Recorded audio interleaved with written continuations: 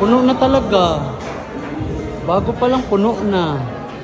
Oh, sikat superstar ng My Day. Gerald. Hanap tayo ng ano. Wala eh. Walang timingan eh. Puro joke only. Wala ako nakitang ano eh. Puro joke only. Wala pa no. Next week to. Grabe no. Kasi pasokan na lahat eh.